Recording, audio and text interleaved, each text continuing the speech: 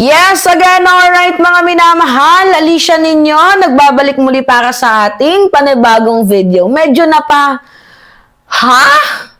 Ganun talaga yung reaction ko dito eh. Medyo, talaga ba? Really? Sinong nakaisip niyan? Diba? Pwedeng, gusto kitang murahin non-stop eh. Pwedeng pakaltok non-stop? Talagang kapal ng mukha, mga minamahal, oh. Talagang sobrang tibay. Anong tatak ng semento sa pagmumukha mo? Biruin niyo ba naman? Sinusulong nila. Sara Leni sa 2028, pinag-uusapan ng Duterte Camp. So, sino yung nagpupush to niyan? Walang iba, kundi itong si si Greco Belhica. Oo, napanood natin yan sa interview ng Sa Totoo Lang 1PH.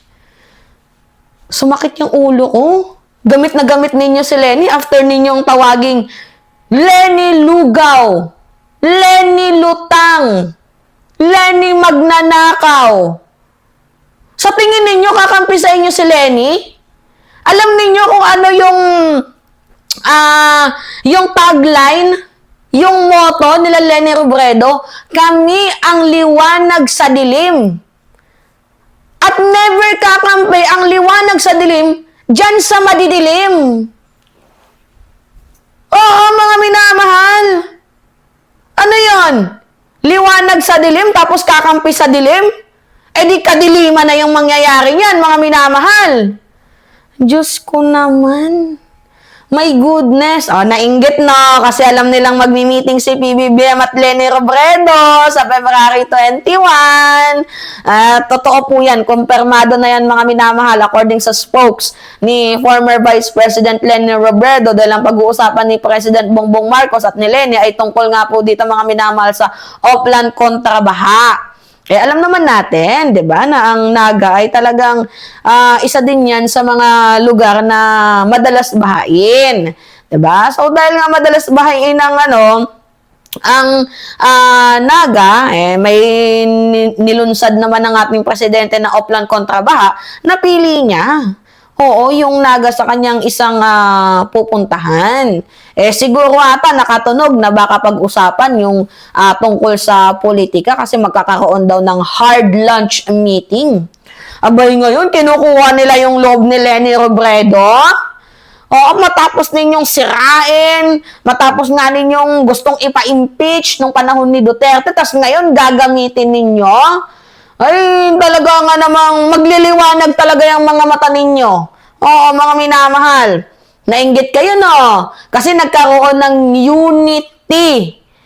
Oo, ng totoo dito kay PBBM at kay Leni. Yan yung tinatawag nating political maturity, mga minamahal.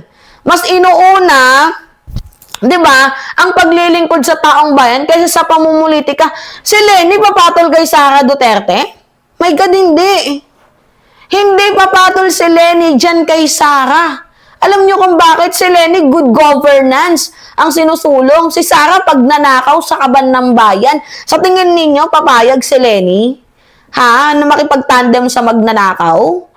Ha? Papayag ba si Leni na makipag-tandem sa laging tinatakbuhan ng accountability? Makikipag-tandem ba si Leni sa taong walang transparency? Diba? Liwanag sa dilim nga itong si Leni. Ayaw sa mga madidilim. Tapos pinipilit ninyo na magkampi si Leni at itong si Sara. Nahibang ba kayo? Matapos tawagin ni Sara na kung ano-ano itong si Leni Robredo noon, tapos ngayon, ididikit ninyo yung pangalan ninyo kay Leni kasi kailangan nyo ng boto. Ganun ba yan? Ha? Ay, mga manggagamit. Ano yun? Kampihan na, tapos away later. Ha? Ganon ba yon, mga minamahal?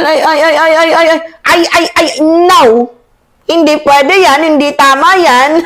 Oo, mga kakamping, kinukuha nila Sara Duterte yung ninyo, yung boto ninyo, payag ba kayo? Diyos ko naman. Itong si Sara, siya pa naman yung tipo ng tao na, na politically immature. Diba? Napaka-isip, bata. Ang layo ni Leni kay Sara. Itatandem niyo yung dalawang yan. Diyos ko, oo, sabihin na natin na girl power. babae naman. Okay, sabihin na lang natin. Pero, kung si Sara lang din naman, abay wag na. Baka itong si Lenny isuka na ng kakamping kung kakampi siya kay Sara Duterte. Diba? At saka mababahiran ng pangit na imahe ang kakamping kapag sumanib itong si Lenny kay Sara. Ano na lang iisipin ng mga kakamping? Diba? Ano ba naman tong choice ni Mayor Lenny Robredo? Bakit magnanakaw? Diba? Hindi ba yun naiisip ng mga DDS? Lakas ng tama. Nainggit lang yan, I think, mga minamahal, kay PBBM. Oo. Kasi si PBBM at Lenny, magkikita. Diba? Syempre, alam naman natin yung dalawang yan, politically matured yan eh. Nandyan yung willingness ng cooperation nilang dalawa. At saka yung goal nila is, paglingkuran ng mamamayang Pilipino. Matagal nang walang pride at matagal nang walang ego yung dalawang yan. Okay na sila eh. Trabaho na sila. Professional sila sa kanilang mga trabaho.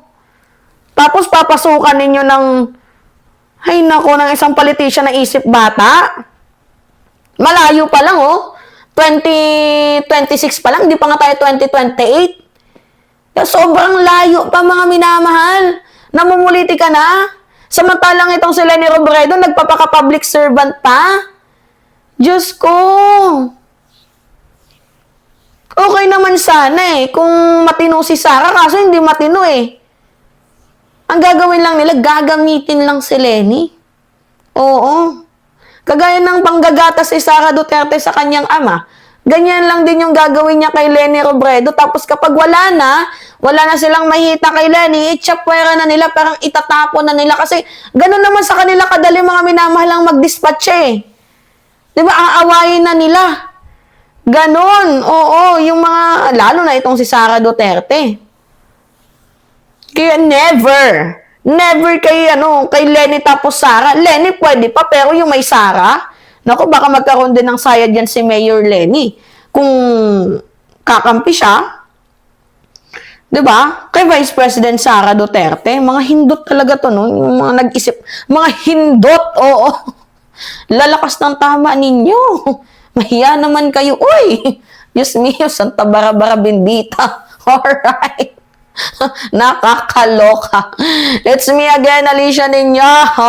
Pahingi lang ako mga minamahal ng comments, likes, and share. And also, don't forget to click the subscribe and always nyo pong i-hit ang notification bell para lagi kayong na-update sa mga video na ina-upload natin. Maraming salamat at ingat, mga kababayan.